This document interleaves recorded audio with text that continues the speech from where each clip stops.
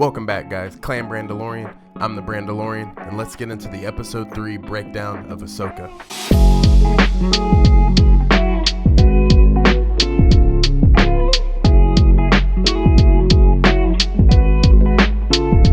And before I start the breakdown, guys, thank you for getting the subscribe count up. We were at 130, now we're at 140. The goal is 200. If you see this video, go ahead and subscribe. You can always change your mind later. Like the video, let me know how the content's doing.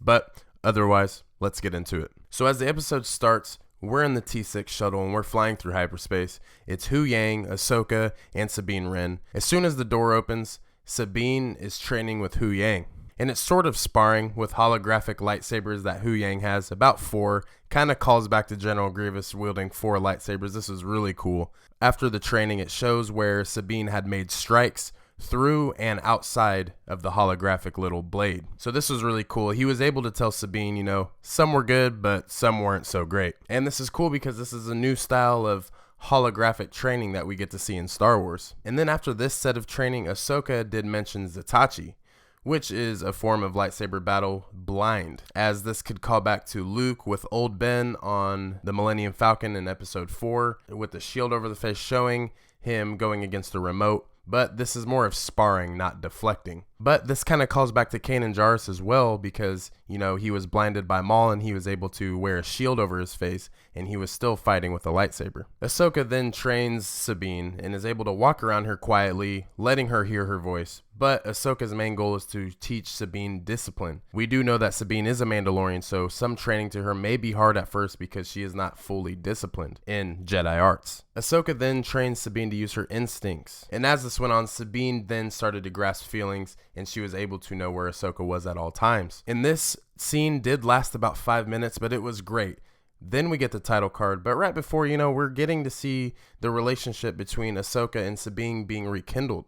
It's really good to see this because we know how they ended off in Rebels, and now that they're back together, this is beautiful for a lot of Star Wars fans across the board. But then we go to the Rebels in the New Republic, and Lieutenant Beta and First Officer Hawkins are there to greet Hera, letting them know that there is a meeting. She is then greeted by holographic Mon Mothma and a few other chancellors and senators across the board. And then we have Chancellor Hamato Ziano, which is the father of Kaz Ziano, and he is from the Resistance animation that we get on Disney Plus as well. Ziano does believe that Thrawn is not alive once Hera brings it to everyone's attention that he may still be out there and that they believe he's out there.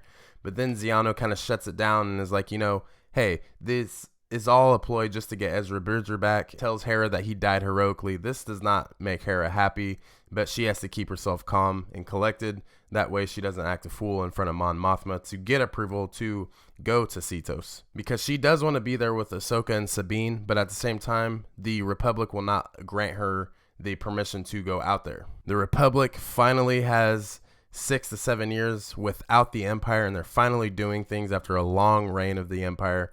And now they don't want to do anything to cause commotion to ever risk going back to the old days. We finally get live action Jacen Syndulla, and we get to see Chopper yet again. Maybe Chopper is going to be the master of Jacen, and Jacen is now a humanoid war criminal. Nah, I'm just joking. That'd be tight though. Which I would love to see Jacen in different projects, but I'll save that for a later video. But it was really awesome to see him in live action. This was great. And, he talks to Hera and just the immense joy in this little kid, just running through saying, "Oh my God, Mom," and Chopper was saying that Sabine was a Jedi training to be a Jedi. Jacen wants to be a Jedi. I know Hera has told him about his father. Maybe he can feel the connection with his father through the Force. This would be really awesome. It would be really cool for Jacen's character. And one more thing to throw onto the meeting, it was really cool to see Hera call out Ziano, asking him if he's ever served in the war, knowing that he said no very softly. As the credits say, it's kind of weird to see him, he might have something to do with Thrawn maybe, because just the way he was acting, he was kind of sus the whole time, and just the way he would talk to Hera, it was just kind of always blowing her off, making her sound stupid. So maybe he has something to do with it, but that also may be a stretch. And then we're back on the T6, going over some Force things with Ahsoka and Sabine.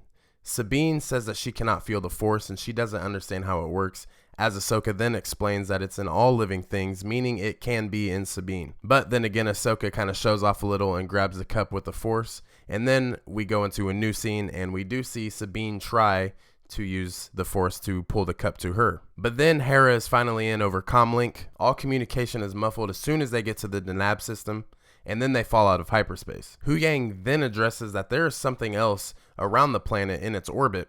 Ahsoka then asks, is it a Star Destroyer? Huyang then says no, it is not. Once they kind of go across the planet a little bit, once they start fighting, Shin Hati, Morok, and some of their fighter pilots on the side of them pull up. This is awesome. This is the space scene that we've seen in the trailer. So I thought it was really cool. You know, Shin Hati is getting more dialogue as a character. We finally hear Morok speak, and it's chilling. Just like my last video talking about how it's not Starkiller, I can see maybe the voice of Sam Witwer being for Morok, but at the same time, it's not Starkiller. No. But as the Eye of Sion approaches over the planet of Cetos, we see Ahsoka's face. And this was one thing I wanted to see. How our characters react to seeing the Eye of Sion. And Ahsoka definitely was stunned at seeing the Eye of Sion. More of a confused look, but at the same time knowing that this has potential for a lot of power. As then, Huyang does run a diagnostic on the Eye of Sion, trying to pull in its information. It's something he's never seen before. And just like us, the closest thing to this is the Dyson Sphere that we get to see in The Mandalorian, the ring planet. But other than that, that is not the size of the Eye of Sion. But as the scan is complete, Huyang is able to run the diagnostics, get a good scan, but then the deflector shields come down to about 10%, and there's a blast to the side. Huyang is turned off, and then Sabine has to fix the ship. As Ahsoka, Neil Armstrong, Tano pulls up, she puts the astronaut suit on, she's outside, she's hovering, she's in space. This is tight. But come on, when Ahsoka Tano is working for NASA, she puts the suit on, she's outside, and she says, once she ignited the blaze, that was really cool. We got Shin Hati and Morok just letting go and throwing all blasters on her, and she's deflecting them. But then once they break loose, the ship is back on. Ahsoka gets back into the T6. They enter the atmosphere of Cetos, and they are greeted none other by a group of Purgles. And as they're bobbing and weaving through the Purgles, Shin Hati and Morok are chasing the T6, and they end up losing them. As Ahsoka and the rest of the crew land on Cetos in the Red Forest, they chill, and they wait for Shin Hati and Morok to pass over them. Now they're in the clear, but for a short time. And then it was really cool to see a moment between Sabine and Ahsoka. You know, Sabine is like, I haven't seen these animals since, the last time we seen Ezra. So, meaning the Purgles. This was really cool. She's making the connections, and, it's just one step closer to them finding Ezra. But then Huyang pulls up the diagnostic that he ran on the Eye of Sion, and he tells the crew that this is capable of very far and distant travels at a very high speed. And I really can't wait to see the Eye of Sion used in the show. But to end the episode, Balin's skull is on Cetos as well, just behind a huge group of HK droids. They're all showing, and Balin's skull does mention he can feel that Ahsoka is near him and they are hiding in the forest. So then he sends a group out for a search. The episode ends here. 9 out of 10 episode. The only thing I'm gonna knock off from this episode is the time. The 31 minutes went by way too quick. It was very action packed. We did get a little bit of training session at the beginning to make it a little slower, but that's okay. The episode was great. It feels like prequel Star Wars, and that's the time I grew up. So I of course love episode 1, 2, and 3, and I just keep getting, music flashbacks, training flashbacks, just the way the lightsabers look, in my opinion. These characters are beautiful, and I love how everything's coming together. I love Dave's vision. Let Filoni cook as always. But if you enjoyed this breakdown today, guys, go ahead and subscribe. You can change your mind later.